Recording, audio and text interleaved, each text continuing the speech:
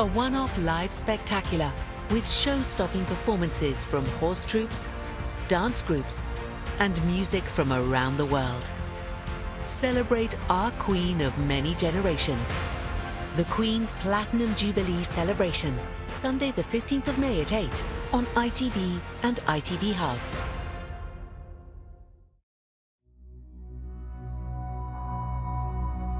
Now with the latest news in Northern Ireland, it's UTV Live with Paul Clarke and Sarah Clarke.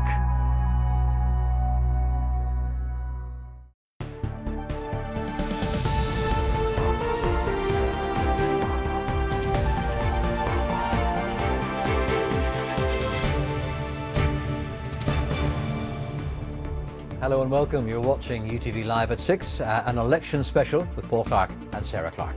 It's results day and these are the stories making the headlines. All eyes on Sinn Fein as they are on course to become the biggest party and take the First Minister's post. DUP leader Jeffrey Donaldson wins his seat but insists he won't form a government until the protocol is resolved. Alliance celebrates as it predicts a surge, but are they on course to become the third largest party here?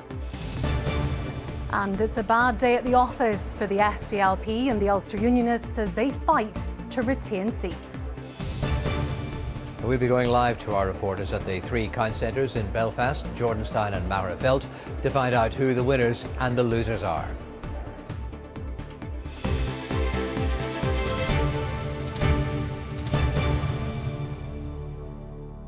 Well, the votes are in.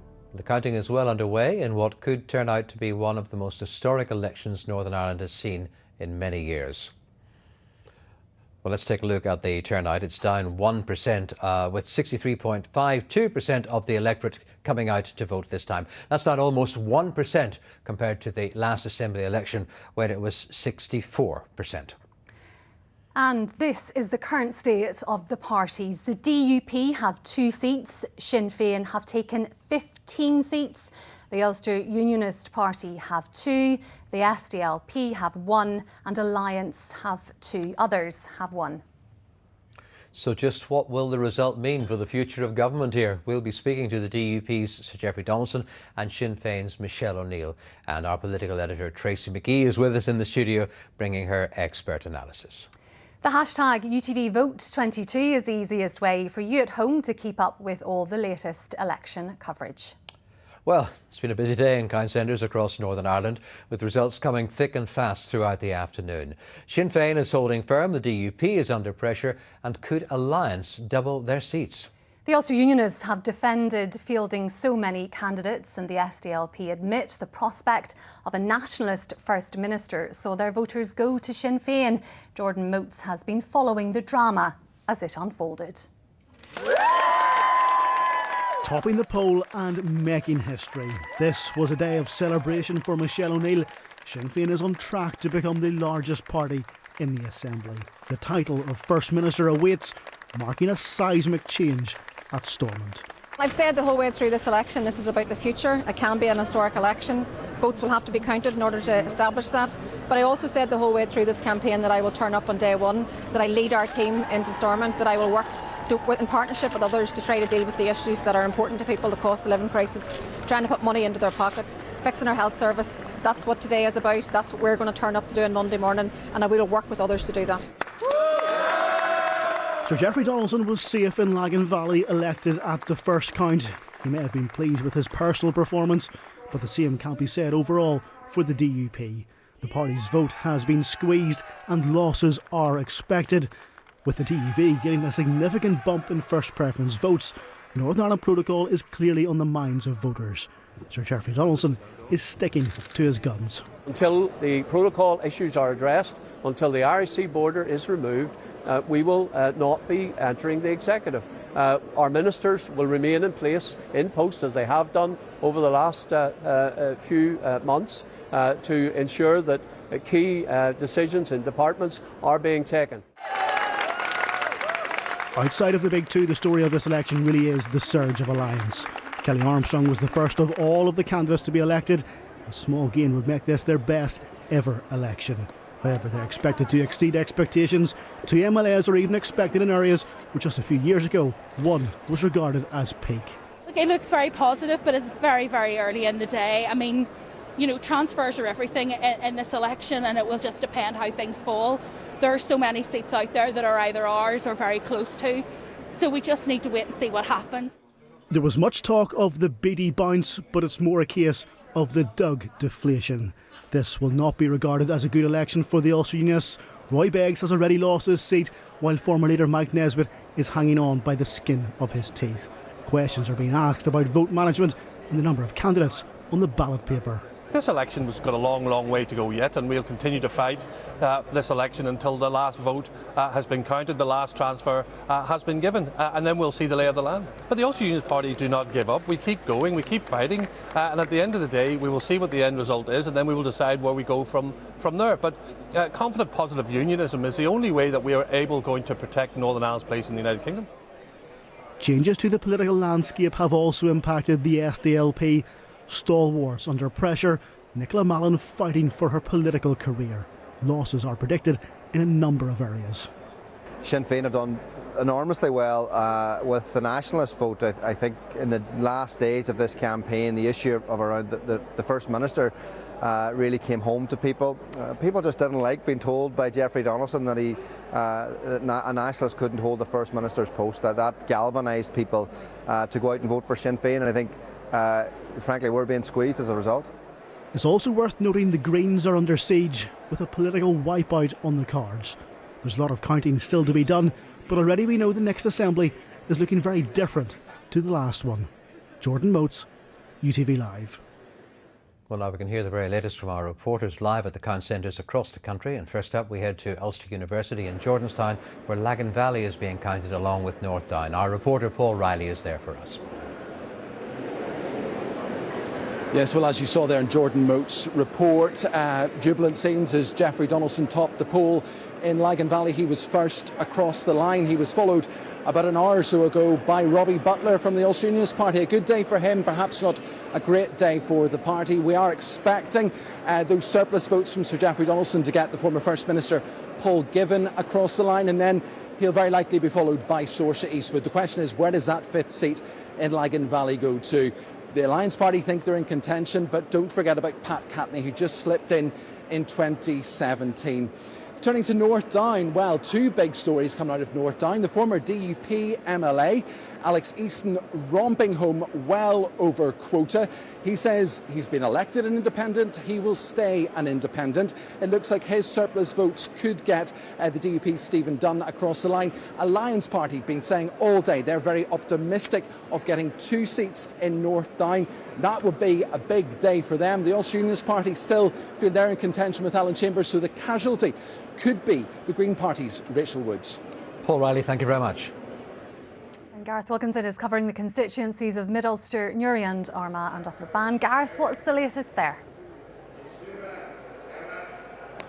Well, Sarah, the day of celebration for Sinn Féin really began here in Macrofelt. That's because Michelle O'Neill easily topped the poll and smashed right through the quota in her own constituency of Mid-Ulster, bringing her running mates Linda Dillon and Emma Sheeran over the line in the last half an hour. The DUP's Keith Buchanan looks odds on to hold on to his seat there, and the SDLP's Patsy McGlowan most likely will be returned to Stormont again. In Upper Bann, but it's all to play for, and of course it's the constituency where Doug Beattie is contesting his first election as UUP leader. And I have to say, we've just had a count here in the last few minutes, and Doug Beattie might be somewhat on shaky ground. That's because Owen Tennyson of Alliance, he's just 23 years of age, and he has polled more than Doug Beattie. Sinn Féin's John O'Dowd and also DUP's Jonathan Buckley look like they'll keep their seats. It's Dolores Kelly who looks like she is the most vulnerable in the Upper Bann constituency. Certainly one to watch as the counts progress further on into the night.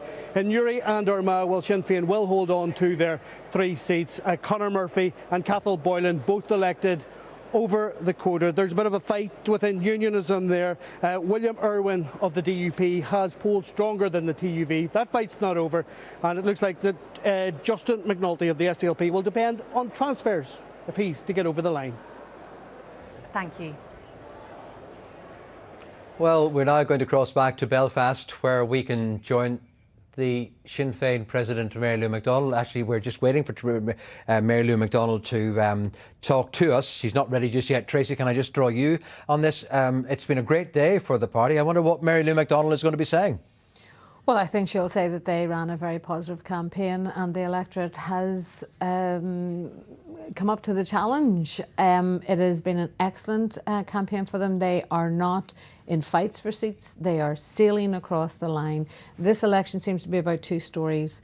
Who's going to become First Minister? It looks nailed on at this moment in time that it's going to be Sinn Féin, barring a real upset at this point, and the rise of the middle ground, the Alliance Party making their surge. The Sinn Féin do know how to manage their vote, and they've managed it extremely well. It looks like they're going to hold seats where the SDLP would have liked to have thought they could have won. Yes, Fermanagh Tyrone would be one that would come to mind. I think the difficulty for the SDLP is that they are now not only not making any gains, they are fighting to hold on to some big names. The fact that Nicola Mallon is in a fight for her seat, a minister. We were thinking that it would be the second Sinn Féin candidate, Carol McCullen, that would be in difficulty. In fact, both she and Jerry Kelly got over the line in the first vote. And then there is that middle ground occupied by Alliance. Yes, that's right. Very clearly, they are doing very well indeed. It could be that they could get anywhere between 14 and 18 seats, an absolutely stunning result for them. And in East Belfast, they have actually overtaken the DUP in first preference votes. OK, we must now go to Mary Lou McDonald, the President of Sinn Féin, who's waiting to talk to us now live in the Count Centre in Belfast. Thank you very much for joining us. Time is short. Can I ask you briefly, how significant is this vote for Sinn Féin? Well, I think it's very significant. It's been a very remarkable campaign. It's been, from our perspective, a very positive campaign. Of course, it's been about issues in the here and now, as you know, Paul. I mean, a lot of talk about the cost of living crisis, the imperative and urgency of getting money into people's pockets, the imperative to form an executive, to work in partnership to fix our health services. I'd like to draw you on that. I'd like to draw you on that, if I may. The necessity to get an executive up and running. What if the DUP don't go into that executive? Well, look, we're here after an election. The votes are being counted. The people are having their say, and it's absolutely essential that everybody respects that outcome, respects the will of the people. And I don't think there is anybody who would argue that there is anything other than an appetite for delivery at a time, as I say, when people are increasingly under hardship. So really, for me and for us, this is a no-brainer. There isn't an alternative other than power sharing. There is no alternative, Paul, other than working together. And the DUP, I think, would be very, very wise to heed that message, to roll up their sleeves along with the rest of us, and to get back, and not least to make sure that we have a 3-year budget, and that £330 million that's there unspent, that we actually get that quickly into people's pockets. One final question for you. Why has nationalism, the nationalist electorate, gone for Sinn Féin this time? Well, I think, as I say, our message was very clear, was very positive. There is an unmistakable appetite for progress right across society. And certainly people that I was talking to were very animated and excited by the prospect of a First Minister for all, a progressive person leading the executive and demonstrating the capacity to work in partnership, to deliver in the here and now, but crucially to build our future together. Thank you very much indeed, Mary Lou McDonald, for talking to us live this evening on the programme. Thank you. We can now cross live straight away to Jordanstown, where we can join the DUP leader, Jeffrey Donaldson. First, congratulations on topping the poll in Lagan Valley, Sir Jeffrey Donaldson. Sinn Féin's figures are very strong. Did your tactics backfire and stimulate the nationalist community? Well, obviously we're still waiting for some of the results to come in, but it does look like Sinn Féin have polled well. Our vote has held up well. For example, here in Lagan Valley, we've polled some 18,000 first preference votes and will hold our 2 seats comfortably. We're obviously waiting on some results. It could well run late this evening and even into tomorrow before we get the final outcome. the protocol, Sir Geoffrey Donaldson, which is preventing you entering an executive, but it looks to the outside world and to the nationalist community, you just won't share power with them. Is that the case? Well, Stormont operates on the basis of a cross-community consent, and Unionists do not support the protocol. The protocol is harming our political institutions. It's undermining the economy. It is harming our economy. It's driving up the cost of living. So we need to deal with the protocol. And my message to the government is the sooner you take decisive action on the protocol, then we can get a stable executive, properly functioning. That's where I want to get to. And the matter is now in the hands of the government. They need to act. But come Monday, if issues around the protocol are miraculously resolved and Sinn Féin are the main party, will you enter an executive or not?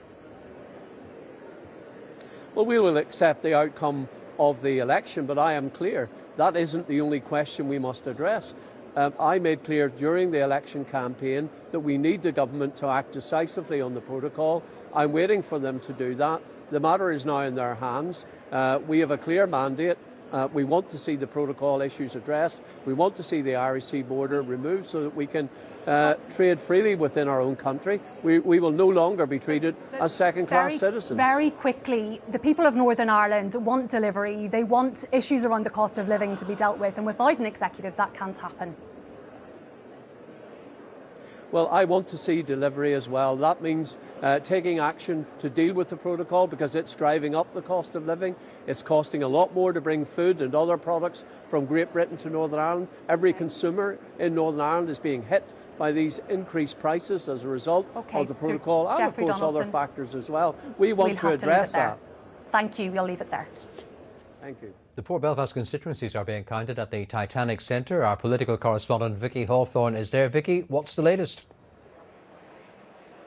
Well, Paul, the 4 constituencies in Belfast are all being counted here. Of course, I guess one of the most significant stories for Sinn Féin in this election is North Belfast. Despite predictions that they might struggle to hold a second seat in that constituency, both Jerry Kelly and Carol Niculin have been elected on the very first count in that constituency. They're obviously delighted. The DUP believe they've done enough to hold 2 seats there with 2 new faces for the Assembly, one being Philip Brett, but potentially a 5th seat battle there, certainly for the SDLP and the Alliance. Nuala McAllister for the Alliance, she came very close last time round, and it looks like she's giving Nicola Mallon a real run for her money from the SDLP. In West Belfast, another success for Sinn Féin. They've got 1 candidate over the line, Danny Baker. The question here is whether they will be able to keep 4 seats that they secured last time round. That is a very unusual situation. And Jerry Carroll as well from People Before Profit wanting to try to secure the 5th seat there. In East Belfast, we have the Alliance leader Naomi Long over the line in the first stage of counting, and the DUP's Joanne Bunting. It's likely to be there, though, a kind of status quo with not much change, with likely 2 Alliance seats, 2 DUP and 1 Ulster Unionist. In South Belfast, though, there could be something interesting brewing there. Sinn Féin have Deirdre Hargey already. She secured her seat. Edwin Putz, of course, this is a parachuted in constituency for him. He's expecting to retain a seat there, but there could be a battle again at the bottom, at the last stages of this, between Alliance and the Greens, and that would maybe become at the expense of the Green Party in South Belfast. Hawthorne, thank you very much. Now we can cross to find out what's happening at the East, South and North Antrim counts, and we're joined by Eden Wilson. Eden. Yes, kicking off with North Antrim, and 2 candidates are across the line. The UP's Robin Swan and Sinn Féin's Philip McGuigan. Robin Swan first to get elected there, a moment he really revelled in and said this is a big win not just for him but for the party. Across the way in East Antrim, not so much a cheery picture there. Long-standing MLA Roy Beggs, of course, in that chair for 24 years, has lost his seat. He was eliminated in the second count, and I'm just hearing a few moments ago John Stewart, his running mate, has just been elected, the first MLA elected in East Antrim. So a real bittersweet moment there for the Ulster Unionists. And looking at South Antrim too, Declan Kearney has topped the poll following his success in 2017.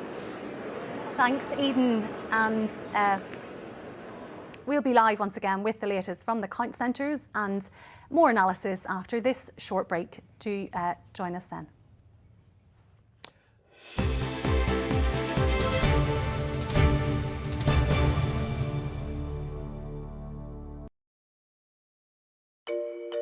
I'm a buffer fish.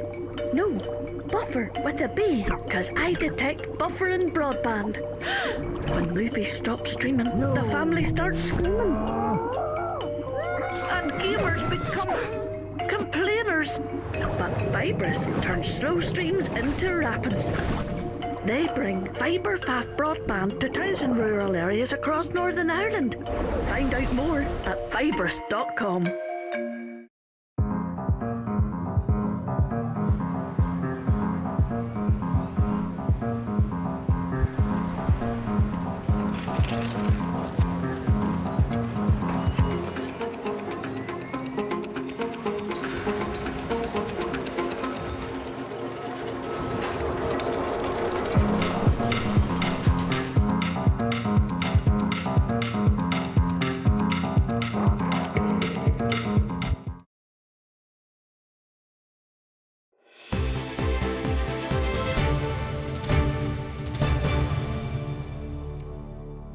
Welcome back to the UTV Live election special. If you've just joined us, let us bring you up to date with the state of the parties. And at 21 minutes past 6 on this Friday evening, the DUP have 2 seats. Sinn Féin have 15. The Ulster Unionists 2, the SDLP 1 and Alliance 2. And one other, that's Alex Easton, who's the independent unionist in North Down. And we can cross back to Macrofelt now and take a look at the counts for Foyle in East Londonderry with our correspondent Mark McFadden. Mark. Well, let me tell you first of all what I can say with certainty. That's that Sinn Féin have polled very well in Foyle. They've already topped the poll and got one of their candidates, Patrick Delargy, standing for the first time across the line. He's gone past the quota. The SDLP's Mark H. Durgan, he has also exceeded the quota and been elected. Now, the remaining 3 seats, well, we've got a fight within a fight. 2 SDLP candidates, Sinead McLaughlin and Brian Tierney, fighting for one of those seats. And we have, within unionism, a fascinating battle between Ryan McCready for the Ulster Unionists and Gary Middleton for the DUP, fighting it out for that last seat. It's on a razor edge. East Londonderry is proceeding very, very slowly. It's looking like we will have 2 DUP, 1 Sinn Féin, and a real bum fight for the remaining 2 seats.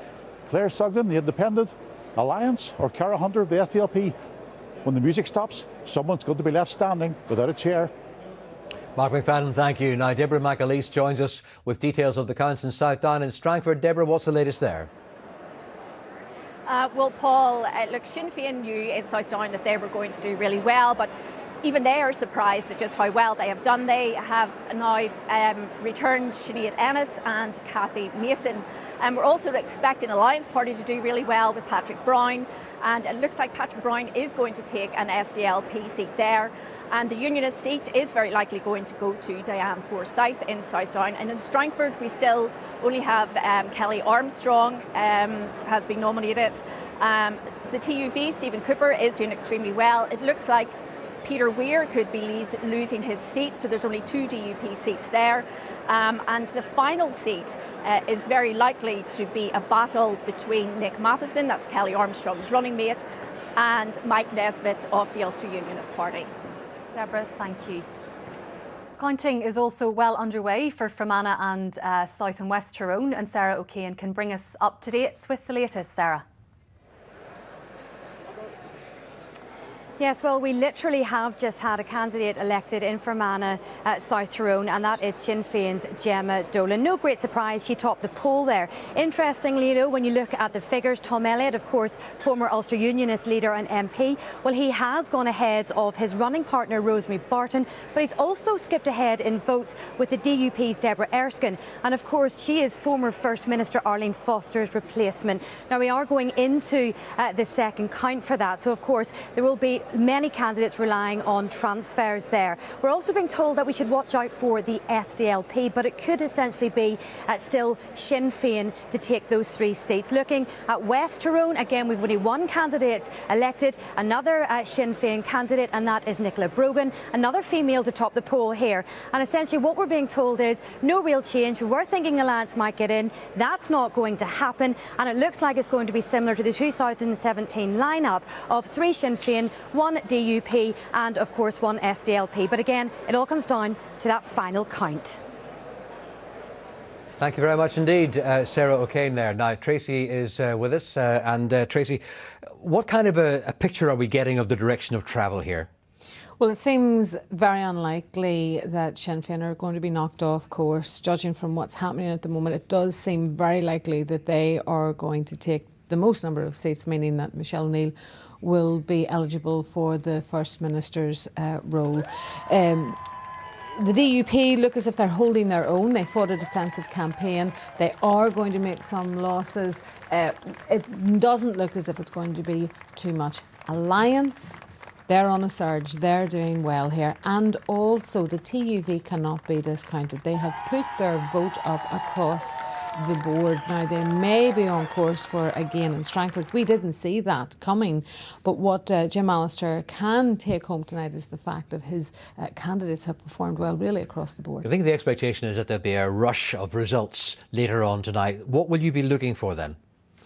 Well, I think it's always, and we've heard it through right through, all the reporters are saying it, is those last seats. It looks as if Sinn Féin are over the line comfortably, so then it's the dogfights for the smaller parties trying to get those last wins. And it's at that point we'll know just how big a surge Alliance is happening, how much damage is being done to the Ulster Unionists and the SDLP. We also have to look at the picture beyond Northern Ireland here, and I'm wondering, what must Dublin and indeed London be making of the results that are coming through here? Well, there's no doubt about it, they're watching. And what is very clear is that Sinn Féin, who have shown absolutely no animosity towards the protocol, they are doing well. And the DUP, for all their anger over the protocol, they are losing seats. So I think people are being boxed in here now. The fact that Jeffrey Donaldson has said that he's not going into government unless the protocol is sorted out, well, that means that we continue in crisis. So what kind of conversations do you believe are going to be happening behind the scenes over the weekend that will involve the Unionist parties? Well, Sir Jeffrey Donaldson has to decide first and foremost whether or not he is going to come back to Stormont, or will he stay in Westminster? Will his party be prepared to nominate for the Deputy First Minister's position? But before all of that, he'll want to know if he is in a position to go into Stormont with the protocol sorted in some way. Very difficult to see how that's going to be done anytime soon. The other thing too, I suppose, to extrapolate from all of this is the fact that potentially you could see Sinn Féin in power, in government, in Northern Ireland and in the Republic. Yes, and Mary Lou McDonald is very mindful of that because, of course, they have been topping the polls in the Republic as well. If they replicate any of what we have seen in Northern Ireland, yes, they could be in power on both sides of the border. Tracy, for now, thank you very much indeed. Well, we'll be talking to Tracy later in the programme, but that's the way it is this Friday tea time. Our rolling election coverage continues with a special programme at 7 o'clock and again between 9 o'clock and 10. Tomorrow we're back on air at 11:35, and of course there's comprehensive coverage of our results on our website. But now, from the whole team, thank you very much for watching. I'll see you again in half an hour. Bye-bye.